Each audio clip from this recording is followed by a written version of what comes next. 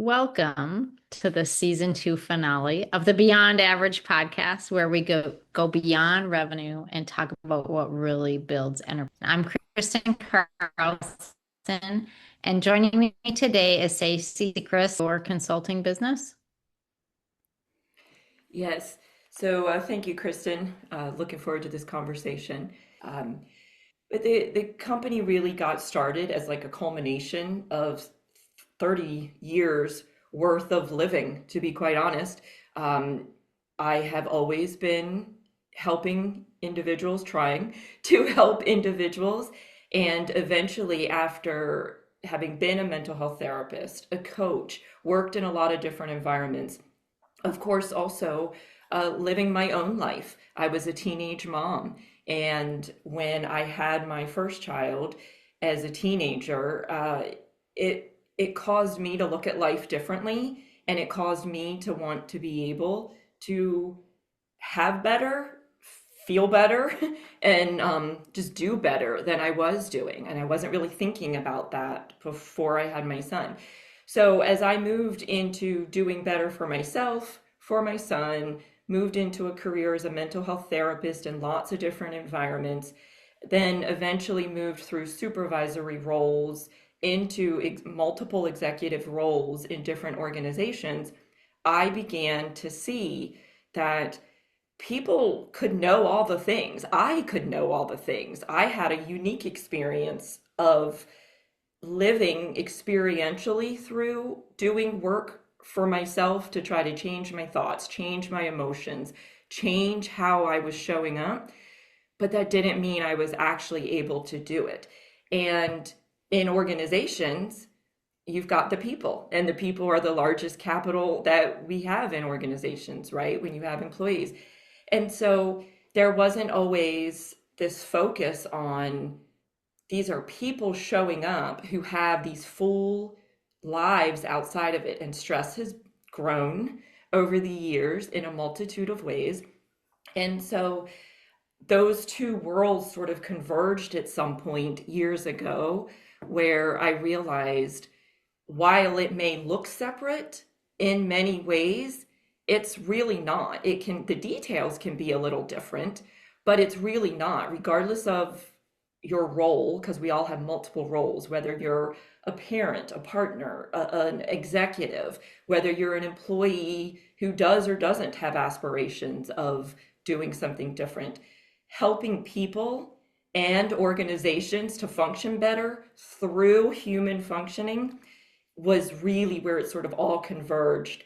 And I've got multiple trainings, experiences. I've lived through my own experiences of learning, and it all came together so that I could offer something that I think is unique and is missing. I can do things from executive coaching and understanding through the organizational consulting, because I was an executive in multiple organizations, whether it was through the clinical side or operationally. I also am a human, an individual that wears lots of different hats, and I know what it's like to want to do better. And whether I was an executive or it was as a woman, just wanting to do better and feel better and not be able to figure out how. And so through the coaching, through the experiential group experiences, through the self-regulation lab, or through the organizational consulting, I felt that was the best way for me to converge all of my talents and be able to help people with the widest reach.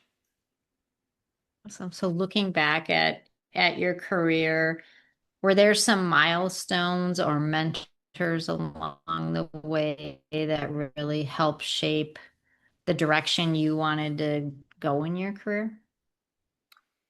Well, I would say I would say that I didn't have a whole lot of mentors in those moments. Looking back as I aged, as I grew, as I reflected back over experiences, there were definitely leaders and people, colleagues, friends along the way that I'm like, oh, I really like how they live their life. I like how they show up regardless of some of the different details that I happen to know are going on in their life.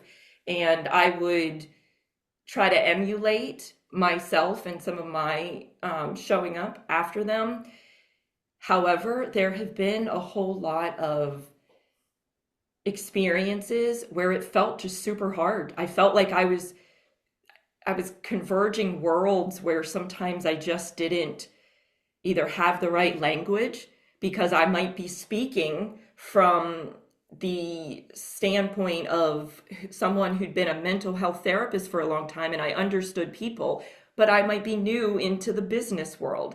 And so I didn't have that formal training and that formal induction into some of that language. And so at one point along the way, after I'd been an executive for several years in mental health organizations of varying sizes, I realized that I felt like I could do more in the organizations by moving over into the operations side of it. I understood all of it. I was really good at it. I'd set up my own small practices in different states, and I did it with different funding sources, government funding sources, third party commercial insurances, fee for service. And I had to learn all of that. I didn't have any mentors at that point. I didn't have anyone, and I'm old enough that I didn't always have access to the World Wide Web to be able to help me figure some of this stuff out.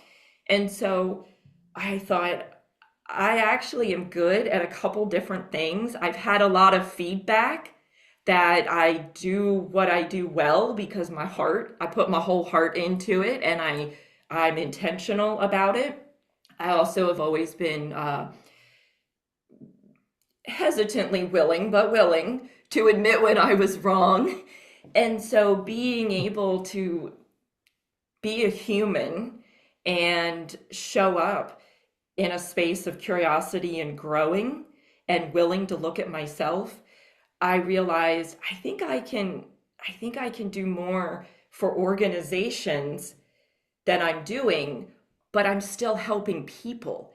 People are coming to these spaces with a whole lot of different stuff going on. I was the same. I was an employee coming to these spaces. I just wanted to do my best. As an executive, I understood the demands of the business. Even in nonprofit, which is a whole, it's got whole culture of its own, regardless of the size. A lot of times I was working in nonprofits that had a tremendous amount of limited resources.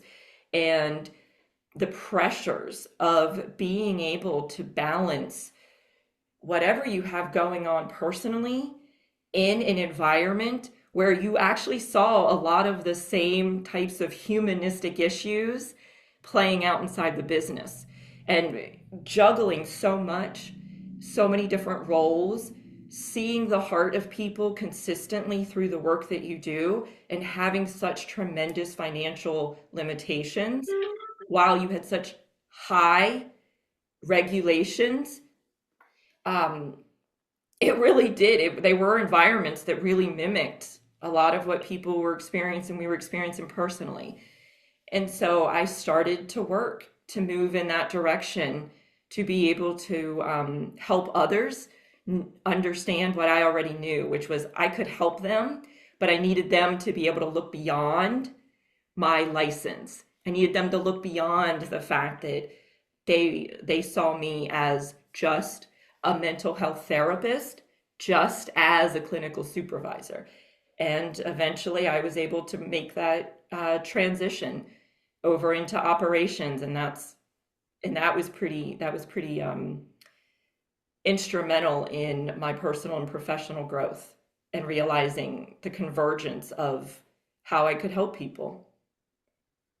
Excellent. So how did you create this self-regulation lab and what is that? Can you describe that? Yeah. So the self-regulation lab was born from the standpoint of people here, and you, especially these days, you can go on social media and you can hear all kinds of things about the nervous system regulation. You can hear about how people co-regulate or dysregulate each other. You can hear even from a leadership standpoint of how a leader is supposed to show up, see memes or gifs of breathe, but there's really not near as much information out there about how to do all of this, coupled with somebody who will walk that journey with you. And so, personally, for 3 decades, I live this work. I have been living it myself for 30 years. But professionally, also, I've introduced so many people to how they're able to use simple and practical techniques that I wish was part of how we all came into the world and then learned how to live, to really be able to decrease stress, increase your clarity, be able to make decisions that are more in alignment with what you are, the direction you're trying to go, because you're not all foggy. You're not all confused. And so the self-regulation lab is the experiential arm of it. That is where the group experiences. And so I have a couple different populations that I focus specifically on, but I have absolutely tailored it because it's all customized. I've tailored it to different groups. When I've had people reach out and say, I would really love to do this for my family, could we talk about that instead? Because family's not one of the groups that I have on my list of services. And I do that. And so it's a lot more simple, not saying it's easy. It's never easy to address something head on. Like it's actually a lot simpler in the long run, but it's not easy. I've seen leaders who are people, right? I've seen leaders who cannot have hard conversations. I've seen leaders who cannot have clear communication. I've seen leaders who cared so much. I mean, their heart and soul was in what they were doing, but that didn't translate to a bottom line that allowed them to keep the business going. So there's more to being a leader, being a human. Same with parents, right? Like we could take really any role. We could take partners in relationships. We could take any role and we could say, if you can't manage your own experience in what I say is this vessel, if you don't understand how your brain works, how your mind, which is the psyche part of the brain, right? The brain is the organ.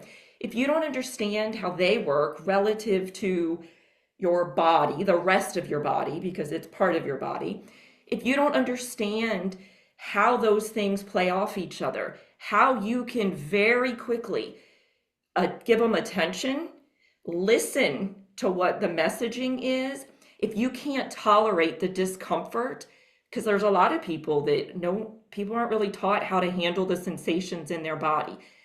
Those are feelings. Emotions are the stories we tell ourselves about what's happening.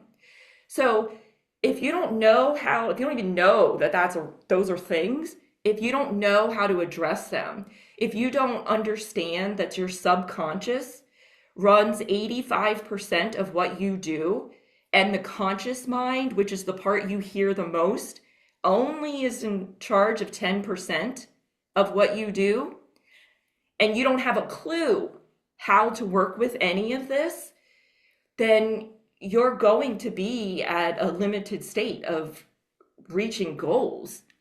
And organizations are made up of people. Systems are run by people. Processes have to be carried out by people. So that's where that convergence over into the organizational space came into.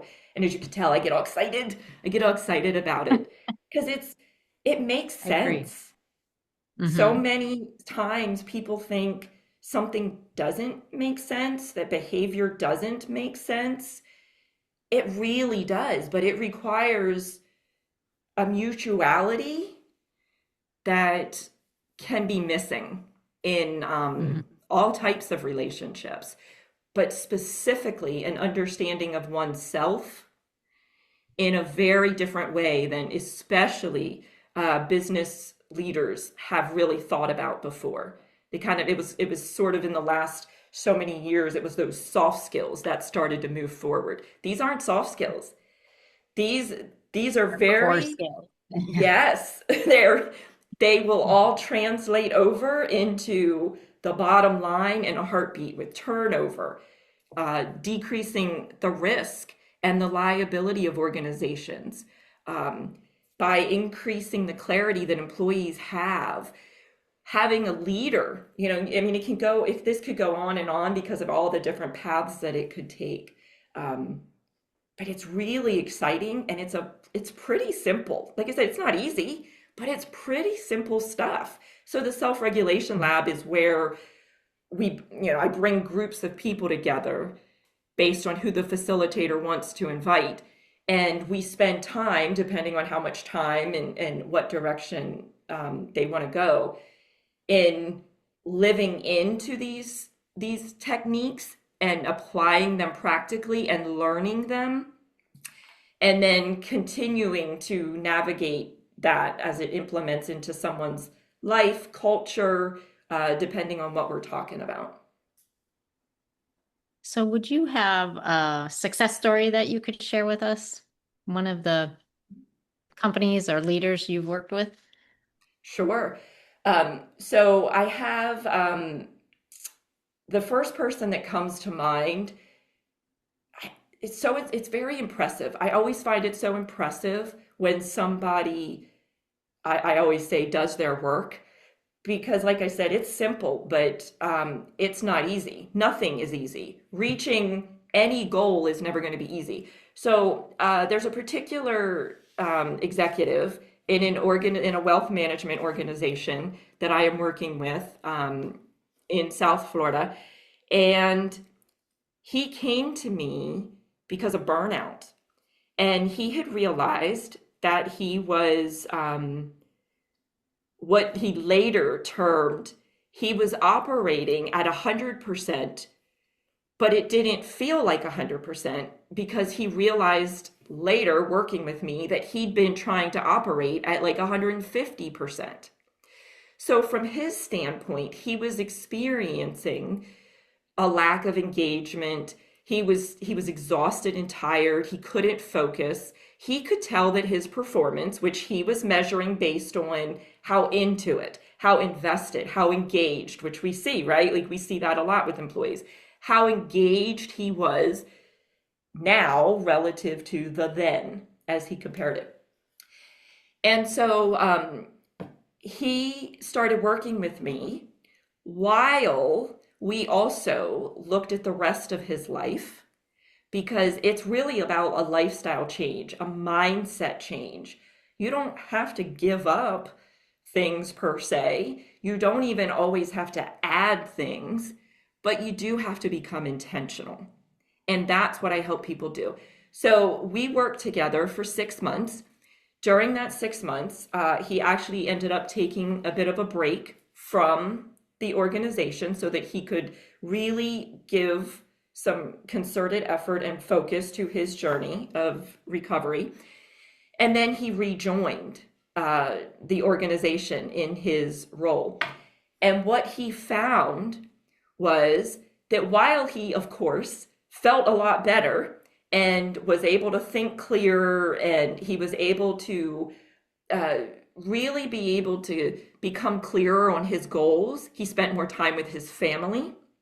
He was able to enjoy life more.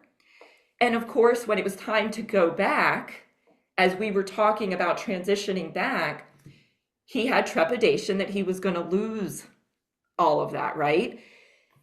He was able to transition back. He kept his sessions with me at a weekly pace, and he was able to transition back with a little bit of uncertainty, a little bit of trepidation, and a little bit of human experiences in his body that he had to, like, increase some of what he was doing to take care of himself with. But he covered from those sensations, from those experiences, from the stories of not being good enough. Can I do this? Am I going to be able to do it? What are people going to think about me? All those things. And he feels like he's a better supervisor than ever. He is actually feeling really good about the amount of time that he spends. He sees that his productivity is increased. He's having better, deeper conversations with the staff that he oversees. And in his particular role, he actually has a lot of influence and responsibility on the culture. And he sees that it has influenced the culture. They're still producing just as high as they ever were when it comes to their projects and timelines and deadlines. But he is able to help that organization be able to navigate quicker and more efficiently because he's having conversations with his employees. He's investing in them. He's asking them different questions, but he's also in tune with himself, and his stress level is absolutely decreased. He's a lot less reactive. He communicates much more clearly. So as a leader, he's a way better leader. And he's even gotten some of that feedback.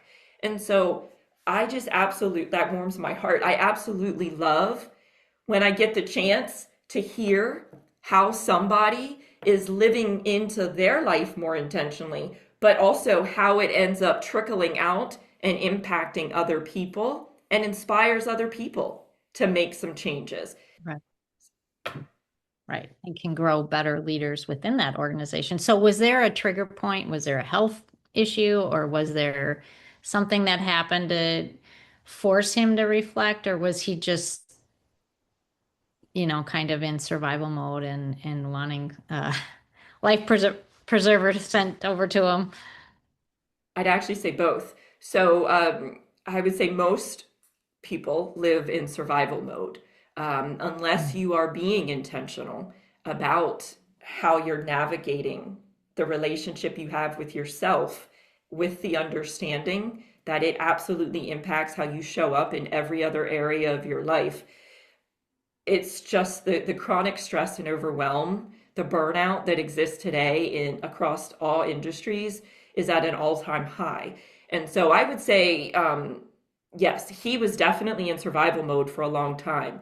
Eventually, what happened that became the trigger point, which happens to most people that to all the people that come in front of me and have always come in front of me when I was doing individual work, is it becomes too much. Something in their life becomes too much. So it can look different. So for him, the feeling of discomfort that he had over every morning getting up and feeling not good enough, every morning feeling the anxiety and the tightness in his chest, having to go to a place where he did not feel like he was contributing, the pressure he felt being responsible for so many people, and all day long, all day long, all day long, feeling that as they came to him for answers, as they were looking to him for guidance, as he's getting email after email after email. And then it would play out in his home life.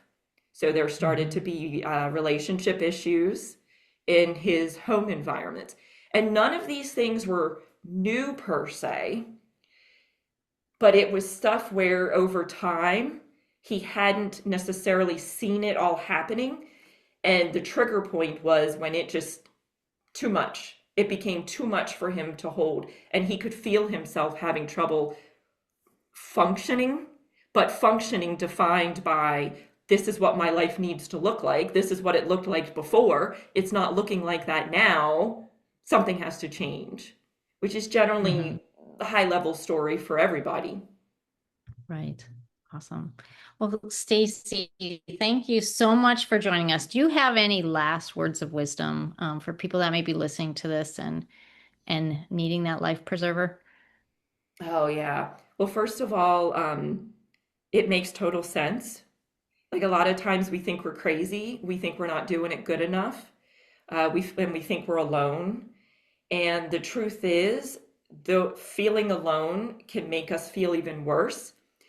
Whether it's me or it's lots of other people, there are a lot of people out there who can absolutely help in being able to help decrease the stress and the overwhelm, calm the nervous system, being able to, whether it's an organization focus or it's the individual focus, being able to partner and create a mutual relationship to help the functioning of an individual or the organization be better. And so just knowing that they're not alone and knowing that everything really does come back to when humans function better, everything else gets better.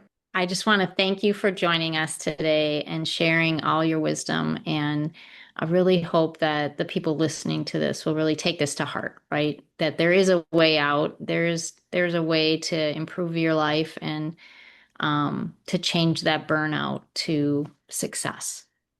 Absolutely. Thank you. I've enjoyed our conversation.